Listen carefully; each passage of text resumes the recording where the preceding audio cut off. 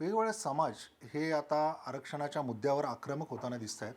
या अगोदरच ओबीसी समाजाच्या आरक्षणासाठी जे लढा देत आहेत ओबीसी नेते लक्ष्मण हाके यांच्या संदर्भात मागच्या काही दिवसांमध्ये ज्या प्रकारे हल्ले होत आहेत आणि एकूणच या सगळ्या वैचारिक लढाईला जे स्वरूप येते ते कुठेतरी विचार करायला लावणार आहे.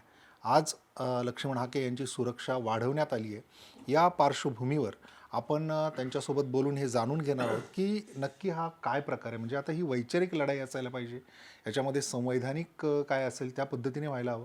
मात्र हे हल्ले का होत आहेत आणि सातत्याने तुमच्यावरच का हल्ले होत आहेत? खरं तर महाराष्ट्रामध्ये ओबीसीचं आरक्षण आज रोजी संपलेलं आहे. हे मी परत परत परत परत मी महाराष्ट्रातल्या ओबीसींना महाराष्ट्राला सांगतो आहे. ओबीसीचं आरक्षण संपत असताना या महाराष्ट्रामधल्या विरोधी पक्षनेते असतील, सत्ताधाऱ्यांना तर मी दोष देतोयच, पण विरोधी पक्षानं किती आवाज उठवायला हवा होता.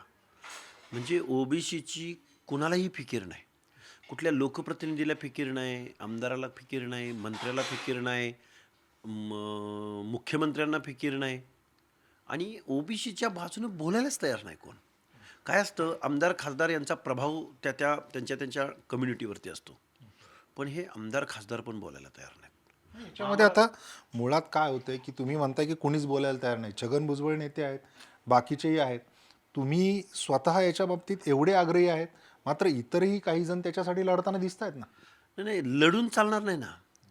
भुजबळ साहेबांनी कॅबिनेटमध्ये आपले नेते अजितदादा पवारांच्या कानात सांगितलं पाहिजे, हे चुकीचं आहे. मग ऐकत नसतील तर मग काय होतंय, मग काय केलं पाहिजे? आमच्यासारख्यांच्या समोर पडलेला प्रश्न आहे ना. आमचं काय म्हणणं आहे की ओबीसीचं आरक्षण बेकायदा आहे, ओबीसीमध्ये मराठा समाजाचं इन्क्ल्युजन बेकायदा आहे. बरं, आम्ही आमच्या पदरचं बोलतोय का? सर्वोच्च न्यायालय बोलतोय, आयोग बोलत आहेत आणि मराठा समाज मागासले पण प्रूव्ह करू शकत नाही. मग बॅकडोअर एंट्रीद्वारे म्हणजे कुणबीकरणाद्वारे जर मराठा समाज ओबीसीमध्ये येणार असेल आणि समजा ओबीसीमध्ये आलायच तो आता, तर छोट्या छोट्या ओबीसी मायक्रो ओबीसींचं काय होईल?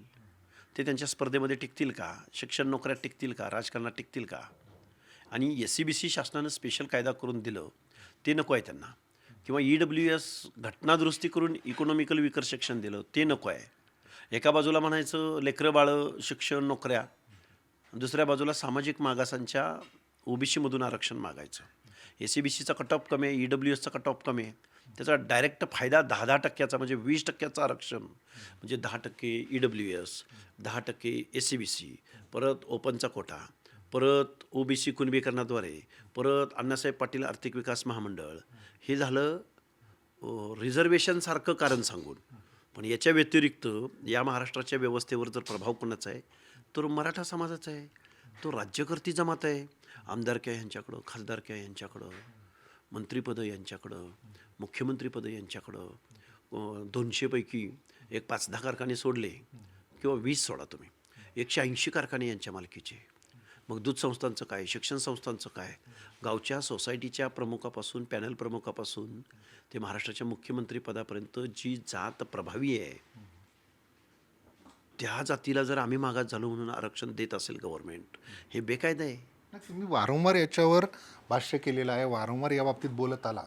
पण तुम्ही ज्या पद्धतीने या मागण्या करतायत त्यावेळेस तुमच्यावरच हल्ले का होत आहेत?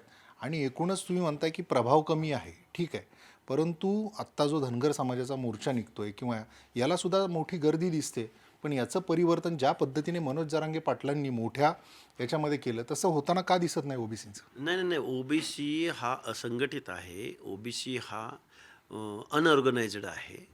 तो एकत्रित येत नाही किंवा त्याला राजकीय अवेअरनेस नाही म्हणून तर रिझर्वेशन आहे ना.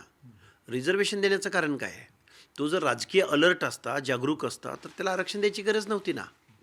ओबीसीचा क्वांटम किती, हेड काउंट किती, तर 50-60%. अहो 50-60% एकत्र आल्यावर ह्यांचा एक आमदार निवडून येईल का?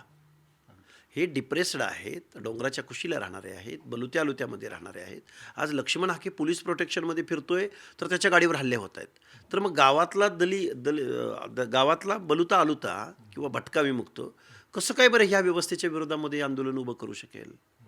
हे कोड आहे ना आम्हा सगळ्या ओबीसींना. आमच्या समोरचं आव्हान आहे हे ओबीसींना एकत्र आणणं. ओबीसी किती एकत्रित येईल आणि ते आम्ही कसं आव्हान पेलू हा पुढचा प्रश्न आहे. पण आम्ही आंदोलन उभं करणं आणि घटनेची भाषा बोलणं, संविधानाची भाषा बोलणं हे चूक आहे का? माझा आणि त्या हल्लेखोरांचा वैयक्तिक काही वाद आहे का? नाही. आम्ही कुठले दुश्मन आहोत का? स्पर्धक आहोत का? नाही. गावातले आहोत का? नाही. वेगवेगळ्या भागामध्ये हल्ले होत आहेत. हल्ले होणं समजू शकतो. पण एक हल्ला झाल्यानंतर त्या जर आरोपींना प्रॉपर शिक्षा झाली तर दुसरा हल्लेखोर हल्ला करायचं डेअरिंग करणार नाही ना. पण एक हल्ला झाल्यानंतर 10 जण हल्लेखोर तयार होत असतील. लक्ष्मण हाकेच्या गाडीवर दगड टाकला, लक्ष्मण हाकेवर हल्ला केला की आपल्याला प्रसिद्धी मिळते, असा जर समज जात असेल तर इथून पुढे आम्हाला फिरू पण देणार नाहीत ना लोक. आजपर्यंत 9 हल्ले झालेले आहेत. पोलीस प्रोटेक्शन आहेत, 2 कॅनवायच्या गाड्या आहेत, वर्दीची भीतीच नाही. पोलीस डिपार्टमेंटची ह्या हल्लेखोरांना कसलीच भीती नाही. तुम्ही आता एक गंभीर आरोप करताय की हे ठराविक नेत्याच्या सोबतचे आहे, त्याचे काही फोटो पण तुम्ही दाखवताय, तर तुमचा आरोप कुणाकडे नक्की, रोख कुणाकडे? बघा, क्रोनॉलॉजी बघा. ज्या जरांगेला सपोर्ट केला त्या राजेश टोपे, रोहित पवार, शरद पवार, सुप्रिया सुळे, अजितदादा पवारांचे सगळे आमदार, बजरंग सोनवणेपासून ते पार यांच्या सगळ्या लंकेपर्यंत या सगळ्या लोकांनी सपोर्ट कोणाला केला तर जरांगे पाटलांना केला. बरं, जरांगे पाटलांना केला म्हणजे ओबीसीचं आरक्षण संपवण्याची मागणी करणाऱ्या किंवा ओबीसीमधून आरक्षण मागणाऱ्या बेकायदा मागणीला, त्यांच्या बेकायदा मागणीला बळी पडून शासनानं GR काढला. नुकसान कुणाचं झालं तर ओबीसींचं, कारण ओबीसी त्यांच्या स्पर्धेत टिकू शकत नाही. मग ही जी सगळी एक क्रोनॉलॉजी बघितली तर ह्या आरोपींचे फोटो प्रवीण गायकवाडांच्या बैठकीतले आहेत, या आरोपींचे फोटो शरदचंद्रजी पवारांबरोबर आहेत, या आरोपींचे फोटो लंकेंबरोबर आहेत. आता आम्ही काय समजायचं, काय अर्थ घ्यायचा? तुम्हाला असं स्पष्टपणे म्हणायचं आहे की शरद पवारांनीच मनोज जरांगे पाटलांच्या या सगळ्या मोहिमेच्या पाठीमागे हात दिला, त्यांना पूर्ण फायनान्स सपोर्ट केला, त्यांच्या पूर्ण आरक्षण चळवळीलाच शरद पवारांनी स्वरूप दिलं असं म्हणायचं का? शरद पवारांनी एका काडीचं रूपांतर ज्वालामुखीत केलं. या जरांगे पाटलाचं संपलेलं आंदोलन लाठीचार्ज झाला होता. त्यांना त्या डायसवरती परत आणून बसवायचं काम शरदचंद्रजी पवारांनी केलं. आत्ता म्हणतायत सामाजिक विण उसवली. अरे 60% लोकांचं आरक्षण संपल्यानंतर त्यांनी जर काही रिॲक्शन दिली तर विण उसवली. आणि तुम्ही 2-3 वर्षापासून त्या जरांगे पाटलाच्या बेकायदा मागण्यांना पाठिंबा देत आहे. त्यावेळी विण उसवत नव्हती. बीड शहर जाळलं जात होतं, त्यावेळी विण उसवत नव्हती.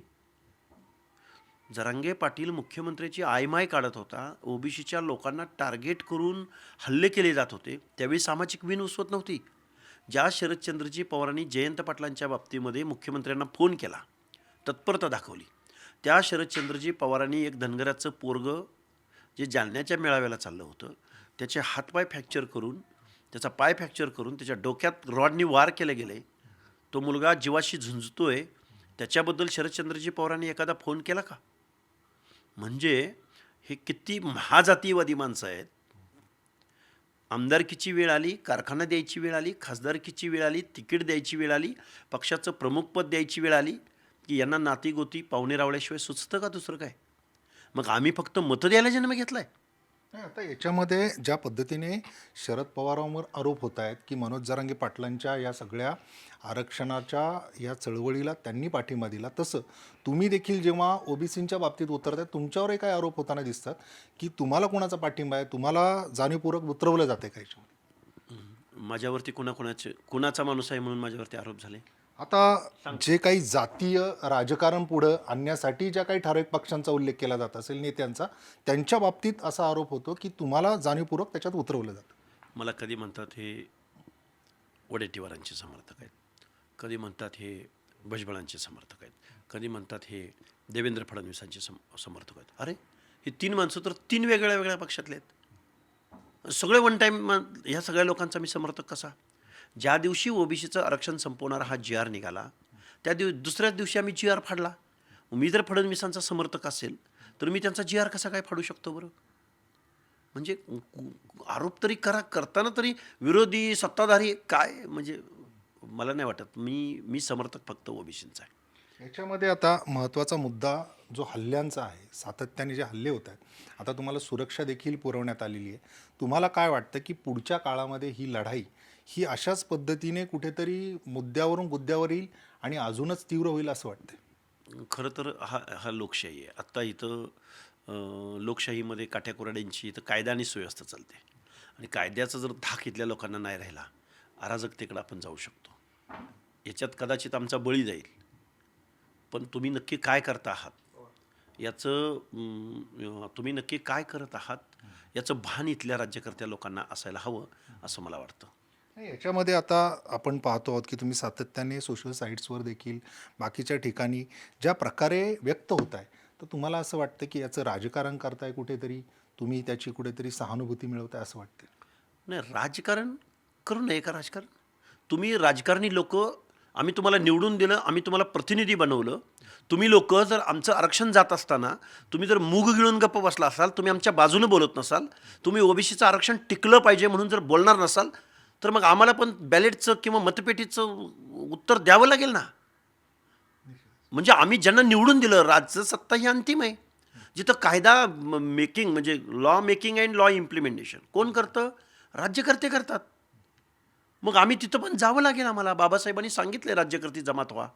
तुम्ही जोपर्यंत भीक मागत राहाल या पवार टोळीकडं, ईस्ट इंडिया कंपनीकडं, काय भीक देणार आहेत आम्हाला? आम्हाला ते साधं जिल्ह्याच्या ठिकाणी वसतिगृह देऊ शकलेले नाहीत. ह्यांच्या बिल्डिंगा किती, ह्यांचे किती उद्योगधंदे, ह्यांचे कारखाने किती, ह्यांचे दारूचे धंदे किती, दारूचे कारखाने, ह्यांच्या जमिनी, प्लॉट, मोठमोठ्या बांधकाम व्यवसायांबरोबर पार्टनरशिप, कुठून आला पैसा यांच्याकडं? ह्यांनी कधी कुठली चळवळ लढली? कधी समतेचं तत्त्व घेऊन रस्त्यावर उतरले? कधी कामगारांची चळवळ लढली? का शेतकऱ्यांच्या मालाला भाव मिळावा म्हणून लढाई लढली? का एखादा कोऑपरेटिव्ह सेक्टरमधलं एखादं युनिट स्वतः स्थापन करून उभं केलं? दुसऱ्यांचे असलेले युनिट ताब्यात घेणं ही जर पवार ईस्ट इंडिया कंपनीची नीती असेल, धोरण असेल, तर आम्हाला पवार कंपनीविरुद्ध लढावं लागेल. कारण आमच्या 4 पिढ्यांचं शोषण पवार ईस्ट इंडिया कंपनीनं केलं आहे. आता ही जी चळवळ आहे ती पुढं उभी करण्याकरिता खरं तर खूप मोठी ताकद लागणार आहे सगळ्यात बाबतीत. तुम्हाला वाटतं ही चळवळ यशस्वी करण्यासाठी तुमची जी ताकद आहे ती पुरेशी ठरेल आणि सरकार जागं होईल? आमच्याकडं 60% हेड काउंट आहे. आम्ही या लोकशाहीमध्ये इंदिरा गांधींचा पराभव झाला आहे, सखा पाटलांचा पराभव झाला आहे. भल्या भल्या माणसांना इथल्या सामान्य जनतेनं आसमान दाखवलेलं आहे. जर कोण आमच्या अवकातीवर येत असेल आणि आमचा आगतिकतेचा गैरफायदा आणि असंघटितपणाचा गैरफायदा घेतला जात असेल, तर आम्हाला लोकशाहीचं बेसिक तत्त्व या महाराष्ट्राला द्यावं लागेल आणि राजकीय वागावं लागेल, राजकीय बोलावं लागेल, राजकारण करावं लागेल. राजसत्तेमधले हे जे चिरेबंदी वाडे आहेत, पवार, पाटील, देशमुख, वतनदार, जहागीरदार, सगळेच म्हणत नाही मी, सगळाच मराठा इन्क्लुडिंग नाही. मराठा समाजातला जो गावगाड्यामध्ये राहणारा जो बेसला जो मराठा समाज आहे, जो रोजंदारीच्या कामावर जातो, त्याला जबाबदार ओबीसी नाही, त्याला जबाबदार हा राज्यकर्ता मराठा आहे. श्रीमंत मराठा विरुद्ध गरीब मराठा. गरीब मराठा जोपर्यंत आपल्या संस्थानिक असणाऱ्या, संस्था चालक असणाऱ्या, कारखानदार असणाऱ्या, आमदार खासदार असणाऱ्या, महत्त्वाच्या पदावर असणाऱ्या माणसांना त्यांनी खरं तर जाब विचारायला हवा होता. पण जरांगेसारख्या खुळचट माणसाला यातलं काही कळत नाही. त्या माणसाला चेहरा बनवून इथल्या आमदार खासदारांनी, राज्यकर्त्यांनी त्यांनी मराठा समाजाचा चेहरा बनवला आणि ओबीसीचं आरक्षण संपवलं आहे. इथून पुढचं आमच्यासमोरचं आव्हान हे असणार आहे, गरजवंत मराठा आहे, त्या मराठ्याला बरोबर घेऊन ओबीसींना पुढं जावं लागणार आहे. तरच या महाराष्ट्रामधलं सौहार्द असेल किंवा भाईचारा असेल किंवा सामाजिक विण असेल ते टिकणार आहे. पवारसाहेब नुसतं सामाजिक विण उसवते म्हणून चालणार नाही. त्यासाठी महाराष्ट्राचं अंतःकरण तुम्हाला समजून घ्यावं लागेल. तर अशा प्रकारे लक्ष्मण हाके यांनी आपल्याला ही गोष्ट सांगण्याचा प्रयत्न केलेला आहे की कशा पद्धतीने ह्या सगळ्या बाबतीत आपण राजकारण असेल किंवा आरक्षणाच्या चळवळीच्या बाबतीतले जे हेवेदावे असतील ते कसे पुढे येत आहेत आणि त्याचा परिणाम असा होतो आहे की सामाजिक जी काही जडणघडण आहे त्याच्यामध्ये पूर्णतः ही सगळी काही ज्या पद्धतीने हल्ल्यांची प्रवृत्ती येते ती चुकीची आहे. संवैधानिक राज्यात आपण राहतो, त्यामुळे अशा प्रकारे जर हल्ले होत असतील तर त्या बाबतीत आता शासनाने गांभीर्याने पाहण्याची गरज आहे. कॅमेरामन निकेतन मानेसह अविनाश पवार, NDTV मराठी, पुणे.